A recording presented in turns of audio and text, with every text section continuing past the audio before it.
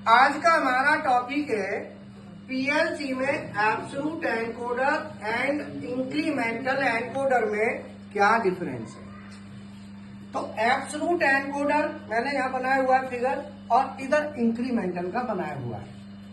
तो जो incremental encoder है, जो मैंने कल पढ़ाया भी था, तो उसमें बताया था कि इंक्रीमेंटल एनकोडर जो होता है हमें पल्स प्लस डायरेक्शन देता है।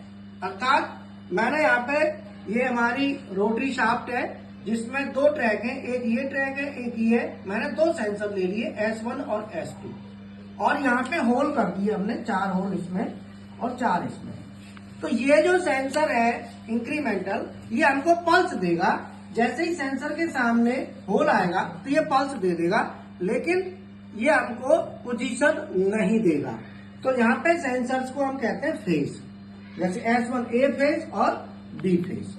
लेकिन जो एब्सोल्यूट एनकोडर है ये हमको पल्स प्लस पोजीशन देता है। ये पल्स भी देगा और पोजीशन भी बताता है कहाँ है। जैसे मान लो हमने 2 सेंसर का एनकोडर बनाया। अगर हम 2 सेंसर का एनकोडर बनाते हैं तो यहाँ पे उनको हम बिट कहते हैं। जैसे वहां पे हम फेज कह रहे हैं तो यहाँ पे बिट होती है। तो हमारी 2 बिट हो गई, बिट 0 और बिट 1।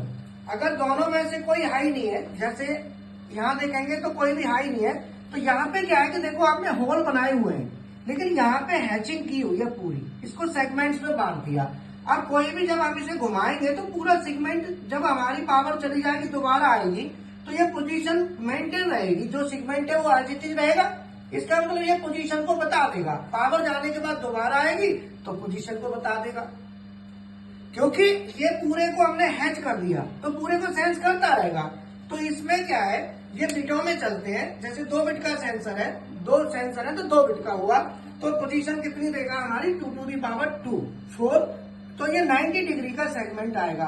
3 सेंसर लगाएंगे तो 3 बिट का होगा, तो ये हमारा हो गया 45 डिग्री का।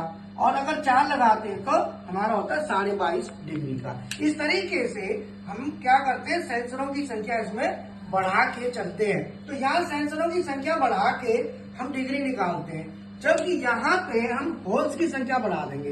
अगर हमें ज्यादा पल्स चाहिए तो आप होल्स ज्यादा कर दो। तो यहाँ पे क्या है कि ये जैसे 3 बिट का, 4 बिट का, 5 का, 6 का, 8 का, 10 बिट का भी आता है, ठीक है ना। तो इस तरीके से absolute encoder is divided in segments, जबकि इंक्रीमेंटल एनकोडर में केवल होल्स होते हैं। वो पल्स देता है